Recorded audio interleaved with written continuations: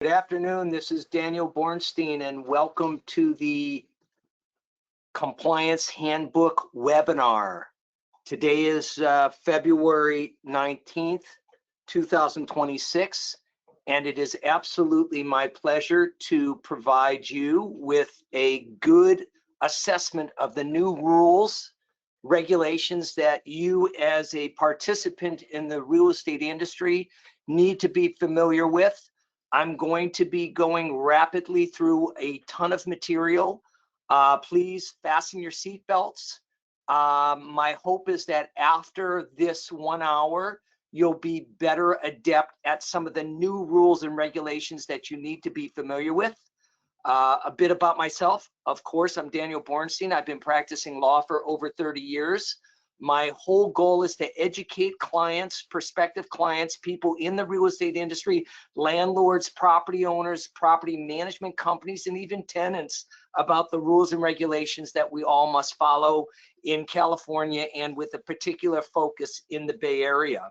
When I first started many years ago, there were 3 local rent ordinances: Berkeley, San Francisco, and also Oakland. Now there are about 17 in the Bay Area. I used to be able to give you an answer rather quickly about a particular situation, but now I have to go through a filtration process of first determining if there's a local ordinance, determining if your property is subject to the local ordinance. If it's not subject to the local ordinance, is it subject to the state rent control, state just cause eviction ordinance? So we really are in a very complex and cumbersome situation in California, and it's even more cumbersome, challenging, and complex in the Bay Area. So with that quick introduction, today I'm going to give you some information about updated local and state laws, the eviction process in California, pricing strategies as it relates to rents in the Bay Area, concerns for housing providers in subsidized housing, and how to potentially effectuate a voluntary move out of a premises by a tenant in order to help you accomplish your goals as fast and as cheap as possible, taking into account attorney fees, time, and risk. What I'm going to try to do is go through some particular nuances in the particular jurisdictions that are in the Bay Area, and then go over some of the new state laws that have come into place as of January 26th.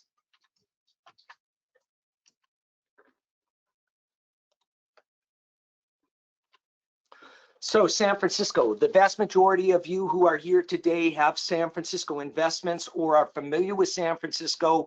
The one thing I want to mention, if you look at the top left-hand corner, the rent board put out new information, new packets of information, and new documents that need to be attached to notices.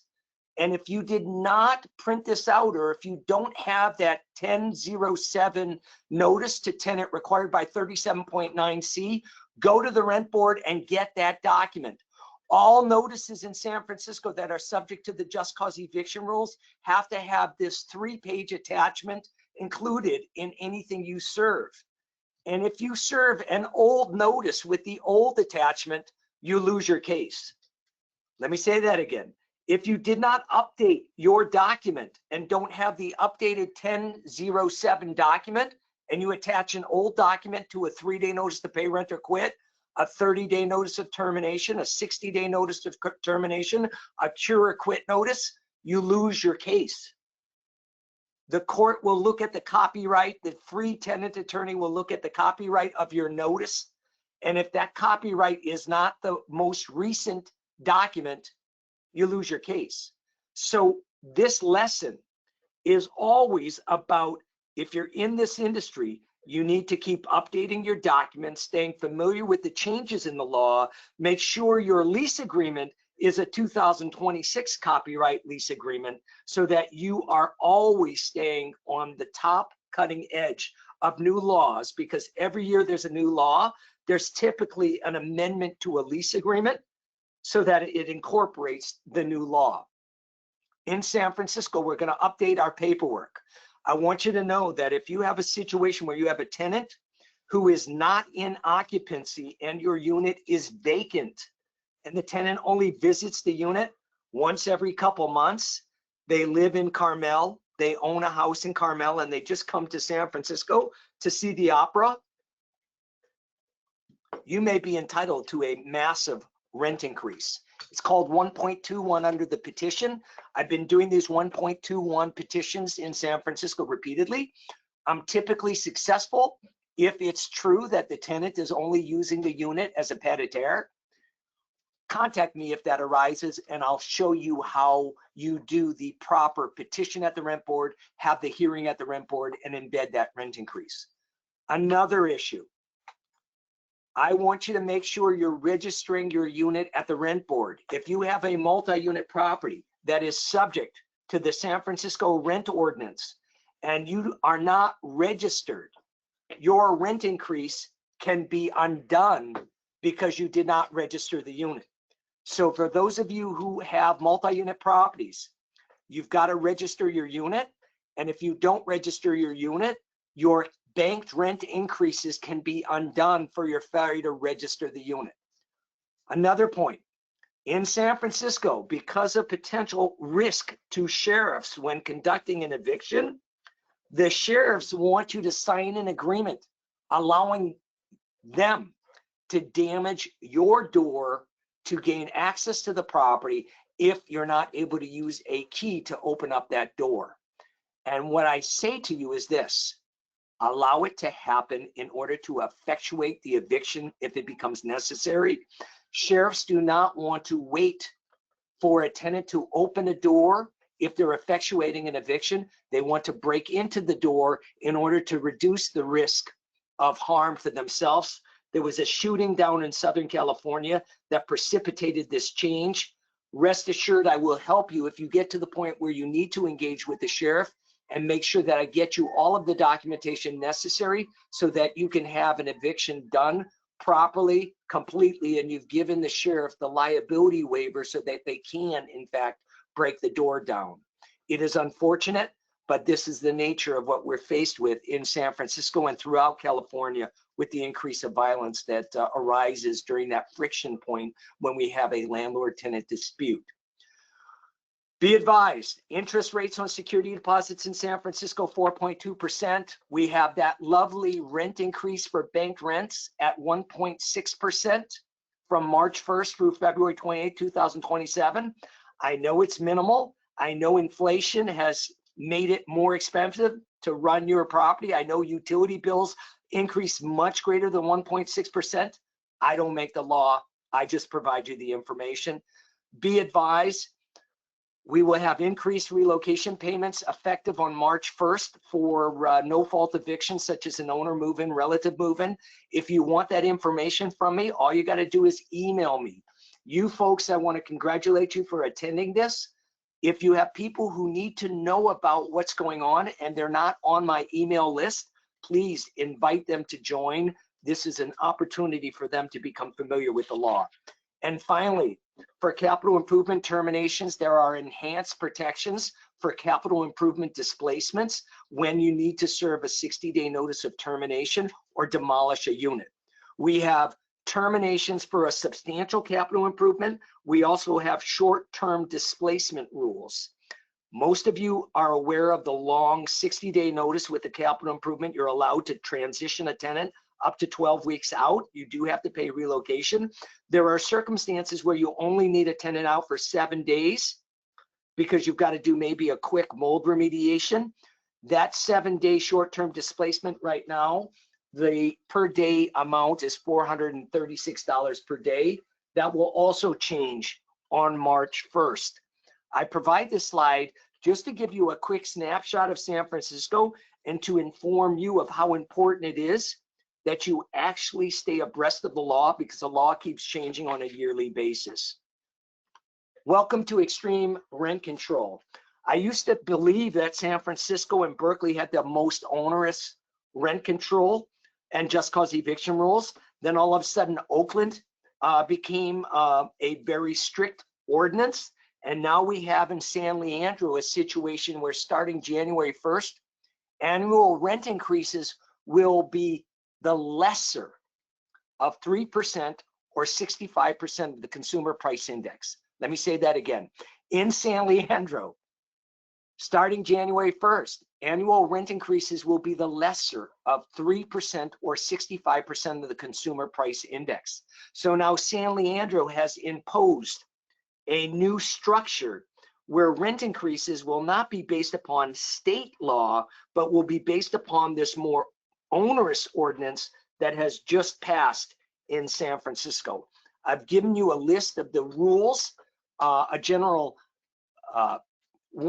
point-by-point assessment of the rules in San Leandro. If you do own property in San Leandro or are considering investing in property in San Leandro, you've got to be familiar with this new ordinance. It just got passed.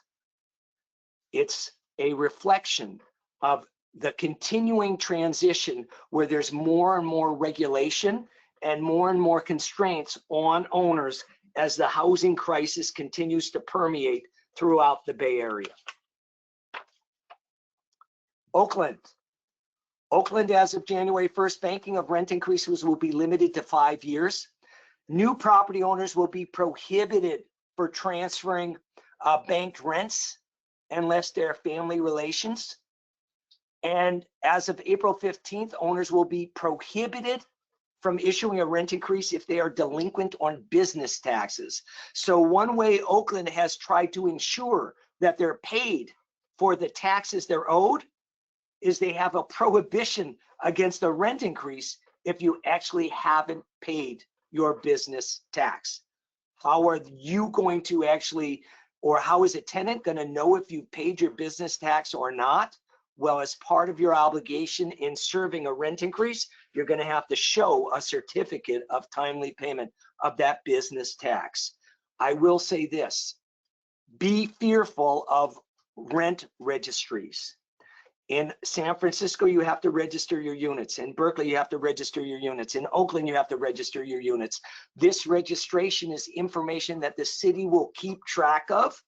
And even though they may pronounce that they have no nefarious intent to do anything with that information is data that is held by the city and that can be in the future used. And unfortunately, there's a requirement that you register.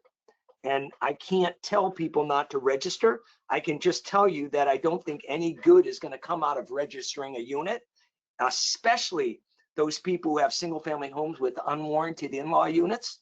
I have repeated questions from owners saying, should I register both units, the legal unit and the unauthorized unit? And I have a forthright discussion about the risk and benefits and detriments of whether you register that unit or not. It depends upon multiple circumstances, but as an attorney, I have to always tell you, comply with the law.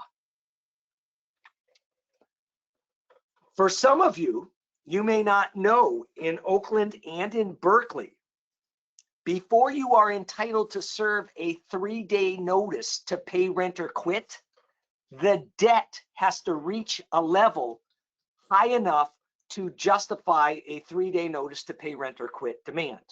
In front of you is the actual amount that must be owed before you can serve a 3-day notice to pay rent or quit. Now, think about this. For 30 years, I've been teaching people that if a tenant owes you $100 on a $4,000 rent, you can serve a 3-day notice to pay rent or quit, demanding that $100. If it's $5, you can do so, even though it's foolish to do so. However, recently in Berkeley and Oakland, the new rule is you cannot serve a 3-day notice to pay rent or quit unless the debt is high enough to justify it. And in their wisdom, the debt that needs to be for each of these types of units is as follows: $2,142 for a studio unit, $2,385 for a 1-bedroom, $2,912 for a 2-bedroom, $3,724 for a 3-bedroom, and $4,413 for a 4-bedroom unit. And until you have a debt of rent owed in excess of $2,912 for a 2-bedroom unit, you cannot demand the rent through a 3-day notice to pay rent or quit. This is shocking. This is a new local law. It has not been challenged, And so when you call me up and you say, Mr. Bornstein, I have a unit in Oakland, the tenant owes me $1,500 and it's a 1-bedroom unit. They stiffed me $1,500 for the month of February. The rent is $3,000 a month and they only paid me $1,500 a month. I want to serve a 3-day notice. What do I tell you on this 2-bedroom? I tell you, wait until March. Let's see how much rent they did not pay, because right now they only owe you $1,500. They need to owe you $2,912 before I can serve a 3-day notice to pay rent or quit. Shocking. That's Oakland. That's Berkeley. And think of it this way. If you have a subsidized unit where you have a tenant whose rent is $3,000 a month and the Oakland Housing Authority pays $2,500 for a 2-bedroom, so they only have to pay $500, and they haven't paid you $500 for 4 months, they only owe you $2,000. You got to wait almost until 6 months accrues before you can serve a 3-day notice for a Section 8 tenant where the subsidy is small enough that they never reach this threshold amount of debt owed. I invite you to understand this.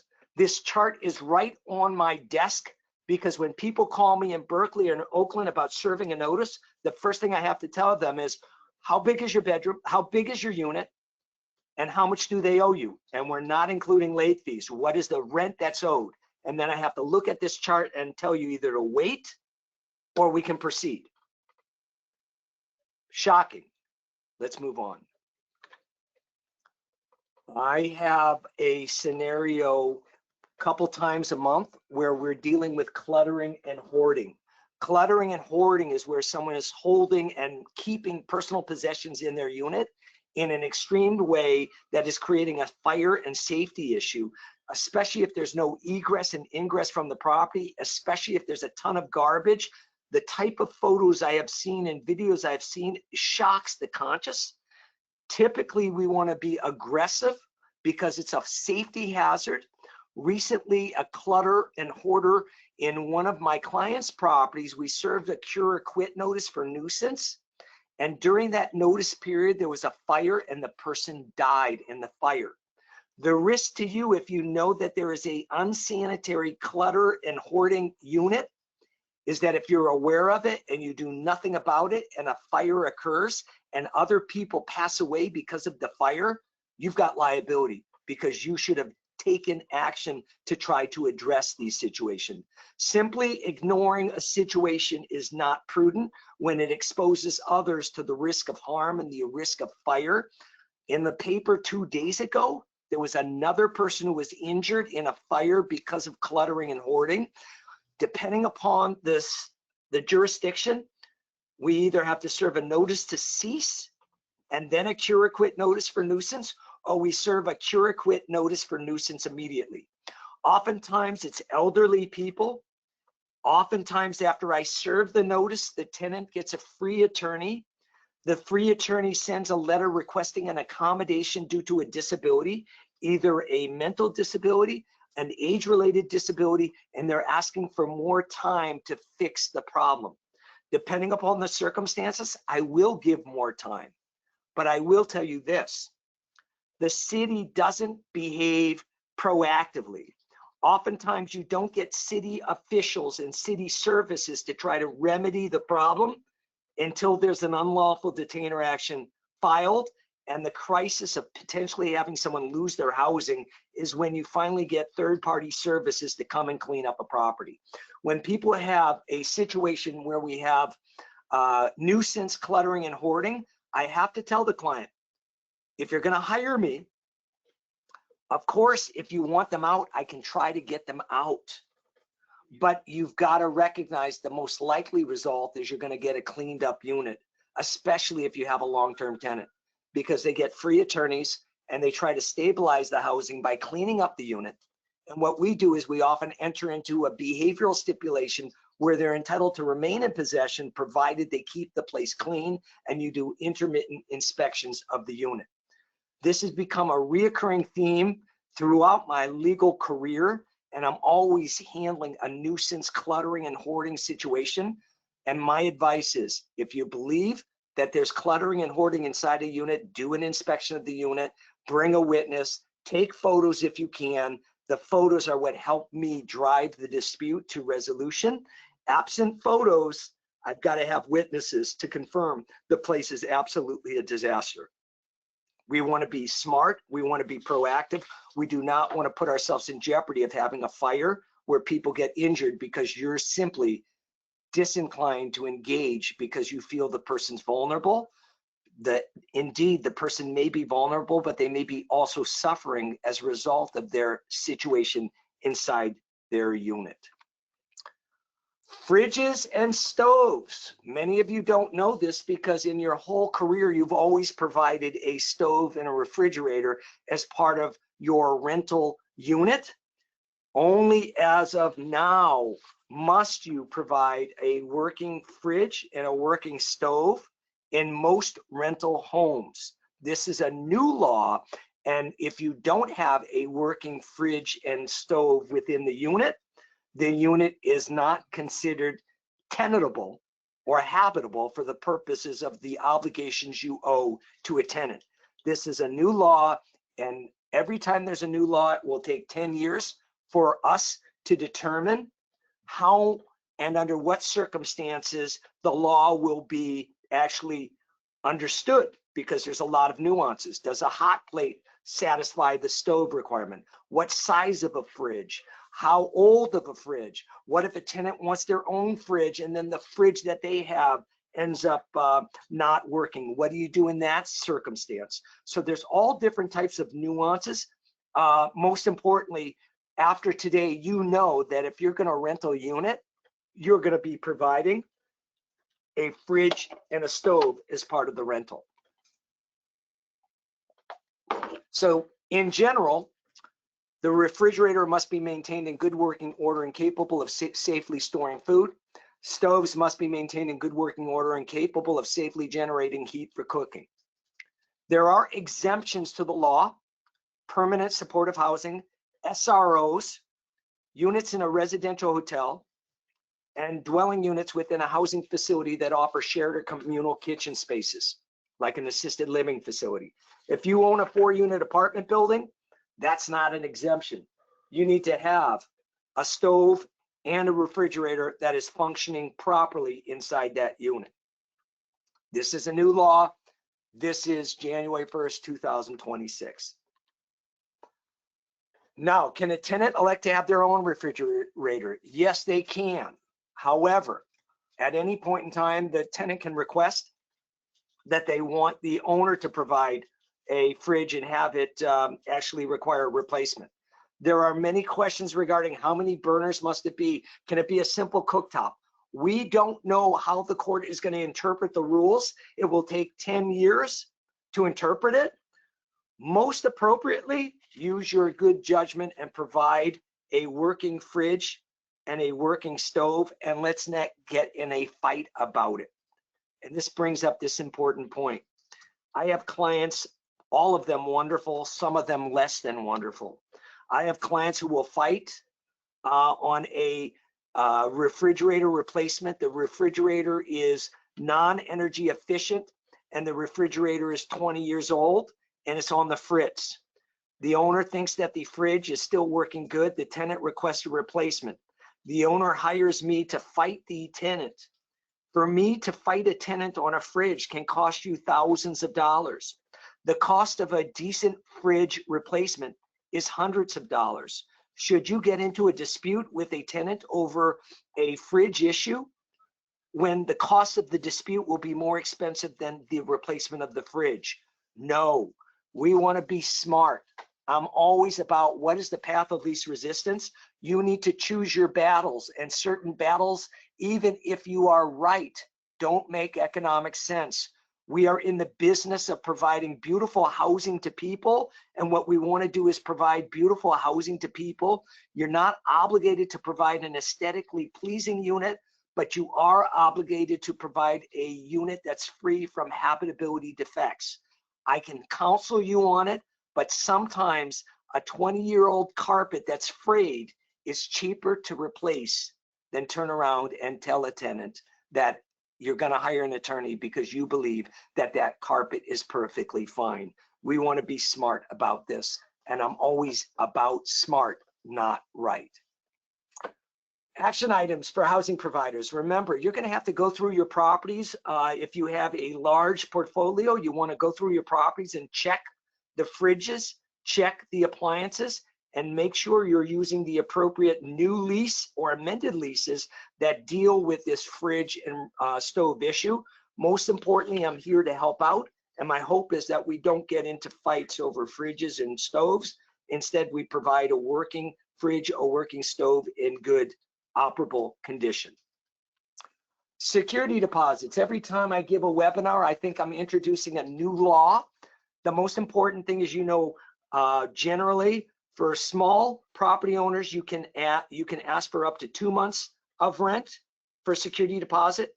For larger property owners, I believe over 5 units, you have to only be obligated to ask for 1 month's security deposit. Last year, July, remember, you're taking digital photos at the inception of the tenancy. You're taking digital photos after they vacate the tenancy. You're taking digital photos and video after you've done the repairs. There is a requirement now that you photograph the condition of the unit prior to move-in, after they vacate, and after you do the work. If you go to small claims court and you don't have those photos, you're going to lose your small claims court hearing, because the small claims court judge is going to want the photos, because that's what the law requires. For those of you who have a big portfolio, find a way to hold those photos in some sort of folder. For you who is a mom and pop owner of a 1-unit property, just take those photos and put it in your smartphone and have them available in the event you have a dispute. Recently, the security deposit rules have changed regarding how we're going to account for security deposits, and who we're going to account for, and how and under what circumstances we can send accounting by email, and under what circumstances we can send the actual security deposit accounting through electronic fund transfer, wire, or any other mode. I don't want to get too deep into this because it can be complex. Most importantly, when in doubt, email me. I'll provide you the most updated security deposit accounting forms. Just email me, I'll send it to you later today. The general new rule is that we want to get clarity for landlords when there's multiple tenants on a lease. As you know, sometimes you have 3 people on a lease, 1 person leaves 3 years ago, 2 people remain, and only in 2 years does the unit become vacant, and then you have a question of who do you give the security deposit back to. The general rule is landlord must return the remaining security balance in a single check made out to all the adults that gave you the security deposit, unless there's a specific difference in what they specified in a written communication. The itemized deductions can be sent via email as long as the parties have agreed to, and the tenants and landlords can agree on the return method at any point during the tenancy, even at the beginning of the lease. As of January 1st, 2026, you can agree on how security deposits will be returned. You can agree on email statements. Remember, with 3 people on the lease, we want to make sure we refund the default payable to all the tenants and sent to any one of them. And remember, if the deposit was paid electronically, the refund can also be paid electronically unless both parties agree otherwise.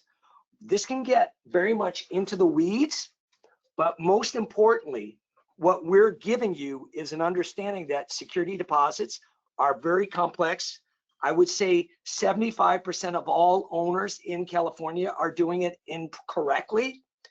Most people are doing it in good faith, but it's so technical with the pre-move out inspection, the notification of the pre-move out inspection, the vacancy, the move-in, move-out forms, the security deposit accounting forms. It can get very dicey, very complex, very quickly. When in doubt, contact me. I'm happy to help out. And as I stated before, if you want updated security deposit accounting information, email me and we'll send you the information. The one thing I think all of you know is that the 21-day deadline is non-negotiable. The landlord must return the full deposit or provide an accounting returning the unused portion plus an itemized written statement of deductions. Remember, you're allowed to deduct for anything above normal wear and tear. You can deduct for unpaid rent, tenant caused damage, damage above normal wear and tear, cleaning costs to return the unit to its move-in condition. Photos are really helpful. They're necessary, they're required.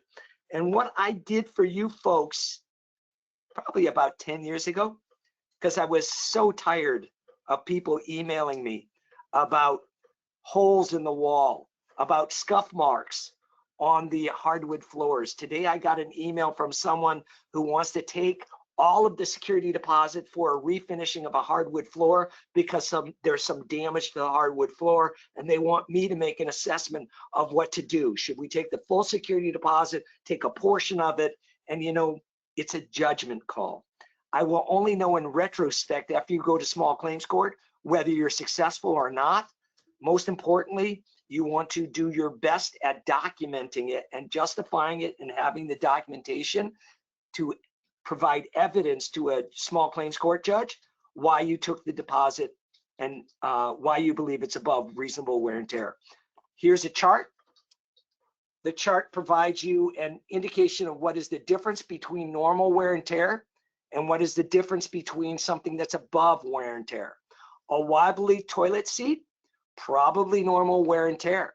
A broken toilet seat, well, that's an indication that's above wear and tear. A water stain due to a roof leak, normal wear and tear. Food stains on the wall, that's above normal wear and tear. We don't have food stains on a wall unless someone's not being reasonable in how they manage their unit or how they clean the unit upon the exit. These are examples, and what I want you to know is that I want you to take this packet and distribute it to your clients and educate your clients, your friends, your people who are also real estate investors or in the housing industry, so they can also be educated about the nuances. It's not a math problem, it's a judgment call. And many times I have clients, they give me 4 choices about strategy, and all 4 choices are reasonable. And I have to tell them, I will only know in retrospect whether the decision we made in a landlord-tenant case was prudent or not. And I can only make that decision now, but whether it was a good decision will only be made in retrospect after we see what transpired. And what that means is you're to evaluate the decision and the problem at this moment and choose the variables that are important. Then you make a decision. Are you going to buy out a tenant? Are you going to proceed with a non-payment of rent case? Are you going to proceed with a nuisance case with the cluttering and hoarder? Are you going to deduct for security deposit? If you're evaluating it in good faith and making determinations based upon the variables in front of you, congratulate yourself. You'll only know if the decision was smart after you see what happens. The important thing is that you're making prudent decisions with choosing and identifying the information that's important in evaluating the decision. Many people come to me after they made the decision and they were not thoughtful in the decision, and I cannot help them. So when in doubt, come and contact me. I'm happy to have a half-hour meeting and we can evaluate the options that you have, whether it's a security deposit dispute, whether it's a non-payment of rent matter, whether you're considering doing a buyout, whether you're considering doing an owner move-in. The most important thing is you're thinking about it before you act. New law, AB 246. We know that there's always the risk of a government shutdown. It's talked about recently. If there's a government shutdown and Social Security payments are not being sent, that's a defense to an eviction action for non-payment of rent. You're not to evict a tenant when their missed rent is due to a verified interruption in their Social Security benefits. Now you may ask, how am I going to know if there's a verified interruption in their Social Security benefits? Well, follow current events. If there's a government shutdown, take a deep breath. And if you know there's an older person on a subsidized income or they're retired and they're likely receiving SSI, you may want to call them up if the rent hasn't been paid to determine if they've received their SSI payments. That's one way to do it. I'm a big fan of communication with your tenants all the time, especially when you're involved with vulnerable tenants. You want to make a good decision and check. This is a new law. It came into effect because of the prior government shutdown. And the most important thing is you have to actually know that the tenant has to prove the federal government is at fault for the delay that prevents them from paying the rent, and the court can pause the eviction proceedings. How are you going to know whether it's a government shutdown or a tenant at fault? Well, you're going to have to do an investigation. Are there other theories for the eviction? Absolutely. Remember, this is only to justify a non-payment of rent case. If we have an individual who may be receiving SSI, but they're engaged in aggressive, obnoxious destruction of and vandalism of property, the fact that the government is shut down is irrelevant. You still have the right to proceed on a nuisance or breach of lease agreement. So this is really particular to the issue of non-payment of rent when we have a government shutdown. And the law defines Social Security benefit payment interruption as one that delays payment 3 or more calendar days beyond the scheduled date. So we've got to stay abreast of the law, watch what's going on in Washington and all of the drama that's occurring with the federal budget, because we don't want to put ourselves in a situation where you're going in the middle of an eviction action and the tenant has a justification for not paying the rent because of an SSI delay. Another important law. They keep coming, and every time there's a new law, there's a new stream of revenue for an attorney. So I want to recognize that attorneys are in the business of digesting and communicating new laws. I love educating you, but every time there's a new law, there's a new opportunity for work. I do need to feed my children, and it is a accrued benefit every time there's a new law, though it gets cumbersome and challenging and complex for all of us. As of January 1st, landlords must allow tenants to opt out of landlord-mandated internet, cellular, or bulk billing plans. You can't force a tenant to participate in your internet service program in your multi-unit building that you already negotiated with an internet service provider. They are allowed to opt out. If you don't allow them to opt out, then you're in violation of the law. This can be administratively burdensome. This can be contrary to the agreement you reach with the internet provider. But as of January 1st, landlords must allow tenants to opt out of landlord-mandated internet, cellular, or bulk billing plans. January 1st, third-hand smoke disclosures. I've always felt like smoking in a multi-unit building creates risk for everybody.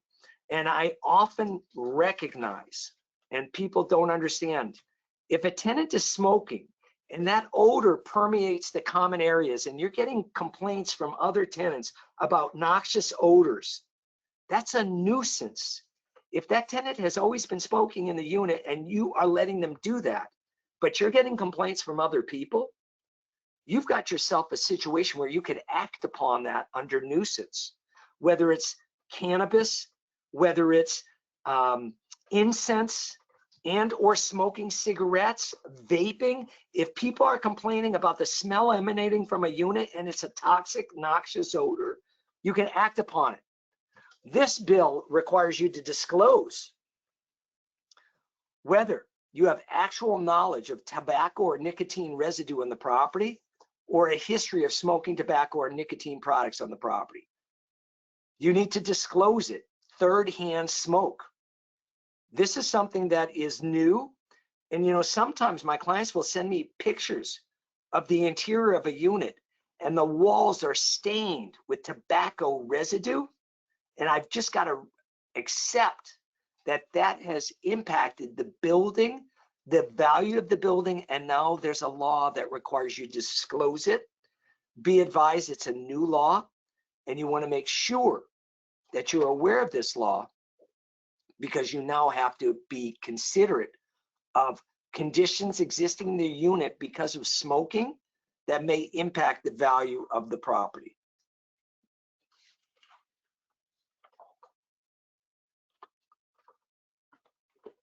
Another law, January 1st. I know that we want to present our rental premises when we're marketing it for rent as beautiful as possible in order to maximize the attractiveness and get a stampede of prospective tenants to come and submit applications. But you now know that if you use any digital alteration of the unit when presenting it, you must inform the audience that you have a edited or AI generated image. This includes staging a unit. You've got to make sure that you're not digitally enhancing the premises without a disclosure as part of it. If you don't do it, you're in violation of the law. And sometimes I'm looking at units on Craigslist and they look beautiful. And I'm thinking, what a beautiful interior designer my prospective landlord has actually retained, only to realize it was simply AI. That type of duplicity is not inherently problematic as long as you disclose that it's an altered image. Failure to disclose creates liability for you. I can't solve everybody's problems. I can only tell you to be aware of them and let other real estate agents, leasing professionals, brokers, or yourself know that we love AI. We love the ability to make something more beautiful than it actually is, but we now need to put an asterisk in our marketing materials, letting the public know that this is a digital alteration of the actual property in question. I always in my emails provide, in my webinars provide you the chronology of the eviction process. It's changed a little bit, but not that much. Most importantly, this process is the process throughout California. It is not local specific. And the big point for this is that 5 years ago, when someone called me up and said, Mr. Bornstein, I need to do a non-payment or rent eviction, how long is it going to take? I would tell them 8 to 12 weeks. Because I would be able, after having done thousands of terminations of tenancies, been able to predict what it's likely to take. 8 to 12 weeks from the time of filing the lawsuit. Now people are calling me up and say, Mr. Bornstein, how long is it going to take? And I'm telling them 4 months. You'll be lucky if it's 12 to 16 weeks. So the eviction process, the termination process in court, because of new laws, extending the time period in which a tenant can file an answer, because of the court being overwhelmed post-COVID, because of the court making decisions about how they're going to set cases for trial, we're looking at a 4-month process, which means if you are that lovely owner who every month the tenant says, I don't have the money and I'll be paying you next month for the rent that I owe you for this month, and that went on for 6 months. And so for 6 months, you haven't gotten paid. And then you call my office and say, Mr. Bornstein, I got to serve a 3-day notice. How long is this going to take? And I say, well, once the lawsuit's filed, probably about 4 months. 4 months plus 6 months of unpaid rent. You've got 10 months of unpaid rent, which means the following. You want to be proactive. The minute you're entitled to demand the unpaid rent through a 3-day notice, you do so. Remember, we went over the chart with Berkeley and Oakland. We have to wait until there's a threshold amount. But if you delay 3 months before you start an unlawful detainer action, you're going to end up hurting at the end of this. And the reason being is as follows. Let's look at the bottom of this slide. There's a trial scheduled. Every tenant is entitled to a jury trial if they want it. Before the jury trial, there's a settlement conference. The tenants in the Bay Area get free attorneys typically. The attorney knows a jury trial will be 4 days. 4 days times 8 hours a day is 32 hours. An attorney hired by a landlord to spend 32 hours in court at $500 an hour, that's a $16,000 jury trial. If the tenant owes you $10,000, are you going to go forward with a jury trial that's going to cost you $16,000 in order to recover possession if a tenant says, I'll move out in 2 weeks if you waive the $10,000 rent? The reason I'm giving you this example is the economics of landlord-tenant law 95% of all cases settle, and the cost of the litigation of a case typically means that we're often waiving rent in order to recover possession voluntarily, because the big cost is always ahead of you, is that if a tenant demands it, they can have a jury trial, which will cost you 4 or 5 days in court and tens of thousands of dollars in attorney fees. And oftentimes the tenant who hasn't paid you rent isn't the type of tenant who is going to be able to pay you once you get a judgment. So I started this dialogue about saying we try to recover possession of the premises as fast and as cheap as possible, taking into account attorney fees, time, and risk. And that's where it happens at the settlement conference. We're waiving rent and having a tenant move out so that you can avoid having to pay me to go to trial, because that will be more expensive. Typically, we go to trial when a tenant who needs to be transitioned out of the property refuses to leave and says, I'm not leaving, go to trial. And then you say, Mr. Bornstein, I'm willing to pay to go to trial because this person needs to be transitioned from the property because they're threatening other people's safety. Or they owe me so much money, I'm not waiving it and I want to proceed. So those are the considerations made, and I'm always happy to discuss it with you. It is a case-by-case assessment based upon what you want after I give you the economics of the dispute and what I would do if I were you. I've just given you the gut check on landlord-tenant disputes. And what we want to do is avoid them. We're always trying to negotiate a voluntary move out of the premises instead of getting involved in litigation. So we're doing buyout agreements throughout the Bay Area. Different jurisdictions have different buyout rules, different requirements. Richmond has a different rule. Alameda City has a different rule. Oakland has a different rule. San Francisco has a different rule. Berkeley has a different rule. There are different protocols you have to follow. If you're in Walnut Creek, there is no protocol. You can negotiate a deal and I can prepare the agreement. In other jurisdictions, I have to give notifications and disclosures and file documents at the rent board. Suffice it to say, if you're looking at an eviction, but the tenant is willing to negotiate a deal to vacate, that may be cheaper, more effective, and more rapid than getting yourself into the court.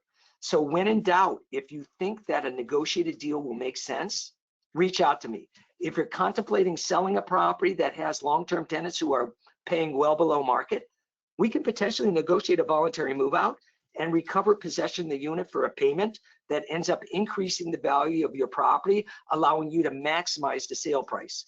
It depends upon the circumstances. I'm always available in a half-hour meeting to give you the consulting necessary for you to make those good decisions, and I will give you the protocol you need to follow depending upon the jurisdiction you're operating in.